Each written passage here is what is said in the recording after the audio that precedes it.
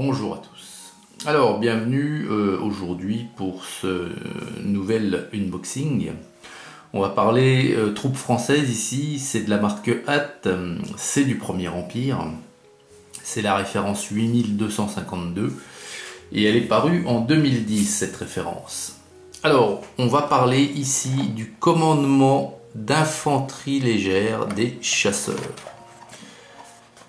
Alors on va regarder rapidement la boîte, un petit tour, une très belle gravure d'un chasseur. Alors il y a 30, alors moi j'ai noté 36 figurines, puisque, oui c'est ça, il y a 32 figurines de chasseurs, plus 4 chevaux. Alors, on est certainement là ici sur une réédition. Voilà ce qu'on va trouver à l'intérieur. Donc c'est une référence très sympa, très intéressante, parce qu'on va avoir vraiment un panel d'un commandement. Vous voyez qu'il y a un sapeur, il y a un cornet, il y a un tambour, il y a un officier, sous-off, il y a encore un officier à cheval et le porte-drapeau. Donc c'est vraiment une belle boîte. Alors, avant de regarder les figurines en question, pardon, le petit historique qui va bien. Alors, le régiment d'infanterie légère française, un régiment d'infanterie légère française typique de 1808, il était composé de 4 bataillons de guerre. Et chacun de ces bataillons comportait 6 compagnies. Une de carabiniers, une de voltigeurs, et donc 4 de chasseurs. Alors les voici, ces chasseurs. On va agrandir, vous voyez, il y a 4 grappes comme ça dans la boîte. Oui, 4 grappes comme ça. Et ben, on va regarder le cheval de suite. Le cheval. Alors là où je vous dis que ça me paraît une réédition, parce que c'est encore... Alors à l'écran, là, le plastique, vous l'avez en bleu clair, mais il est d'un bleu foncé plutôt. Et ce qui me fait dire que c'est une réédition, parce que sur les parties fines, il est encore très translucide.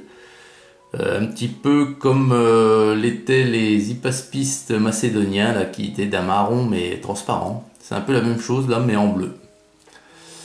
Alors, le cheval. Le voici, le cheval. Alors, il a un tapis de selle. Il a un manteau roulé. Voilà. De l'autre côté, il a... Alors, c'est des fontes. Ici, ce sont les fontes. Et puis voilà, donc il est au pas, on voit qu'il est au pas. Alors les proportions, la gravure sont excellentes, vous voyez. Et vous le verrez d'ailleurs dans les notes à la fin de la vidéo, je vous les mettrai les notes. Ça frise l'excellence. En fait, tous les critères sont notés 10, sauf un qui est noté 9. Alors de mémoire, je ne sais plus lequel, vous verrez ça à la fin. Donc le cheval, déjà, c'est génial.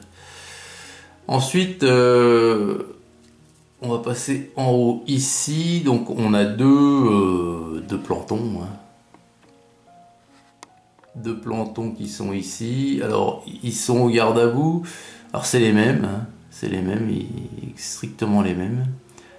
Alors, est-ce que ce sont des sous-officiers? Parce qu'ils portent leur fusil à droite.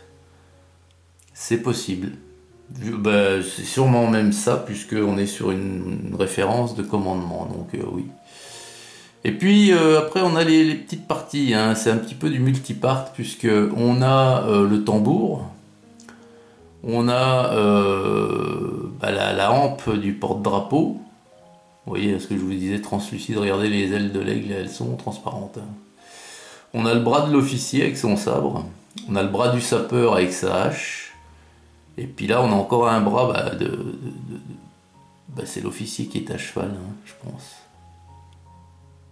Ah oui, parce qu'on peut le mettre dans différentes positions, l'officier qui est à cheval, d'accord.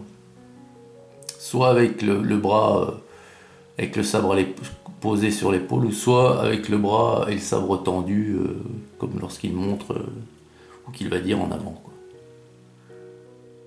Donc alors, la gravure, comme je vous l'ai dit, alors vous voyez que c'est quand même superbe, le long plumeau. Voilà. le shako, ils ont les épaulettes, ils ont les ceinturons croisés sur le torse. Et derrière, où sont-ils? Ils sont là. Donc derrière, ils ont le sabre. Ils ont, on voit bien, on distingue bien, tout du moins un côté des revers de la veste. Les épaulettes, oui. Donc c'est c'est très sympa, très joli. Alors là encore, la couleur du plastique ne facilite pas l'appréciation des détails, pardon, mais bon. Alors le tambour, alors ça c'est plutôt cool parce que qu'il soit détaché, parce que bien souvent on n'arrive jamais à peindre, quand il est attaché à la figurine, on n'arrive jamais à peindre ce qui se trouve en dessous. Donc là, le tambour, il est ouais, quasiment au garde à vous, il est en train de taper, hein, en train de jouer. Donc on distingue tout là aussi. Hein. Alors pour faire un gros plan sur les... voilà, hop là, trop vite. Sur les visages, je voulais vous montrer. Mais est-ce que ça va? Donc là c'est bon. Voyez, on distingue un peu le nez, là, les yeux. Ça a l'air très chouette. Hein. Ça a l'air très chouette. Mais je pense qu'on va être vraiment surpris une fois que ça va être sous-couché. Enfin pour ma part, parce que je vous les montre jamais sous-couché en blanc, mais moi, je vais être... je vais prendre pleinement conscience de tous ces détails une fois sous-couché. Vous les verrez pas. Alors, ah bah il y a un pactage là, voilà, et donc parce que là on a le cornet, ici on a le porte-drapeau, et puis ça doit être son pactage qui est accroché à lui. Alors il y a un fusil, son fusil est en travers là sur son pactage, fixé sur son travers. Alors là on a le sapeur, hein. J'adore ces figurines, les sapeurs. On distingue bien sa grosse barbe. Je trouve qu'ils ont un charisme incroyable, ces sapeurs. Et puis là, donc c'est l'officier à cheval. Alors donc sur lequel on peut choisir de mettre soit le bras tendu ou soit le bras cassé avec la lame sur l'épaule. Un petit coup derrière. Ouais, le sapeur, il a une giberne. Il est en manteau, le sapeur, on dirait. Ouais. Cornet. Ouais. Bah non, c'est pas le pactage du porte-drapeau, parce que c'est le pactage du cornet que l'on a là. Puisque vous voyez que le cornet, il a un petit tenon plastique, et puis dans le pactage, il y a un petit trou là. Les autres n'ont pas de pactage. Donc voilà, bah écoutez, on a fait le tour. Hein. Il y a 7 figurines de 4, 6, ouais, 7, dont une répétée 2 fois.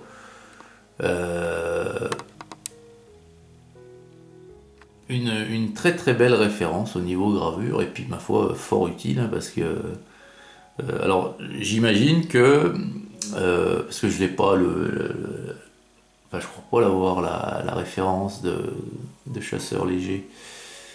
J'imagine qu'elles n'ont pas d'état-major dans la boîte, s'ils ont fait une boîte spéciale. Enfin bon voilà, c'est une très belle référence, c'est des Français.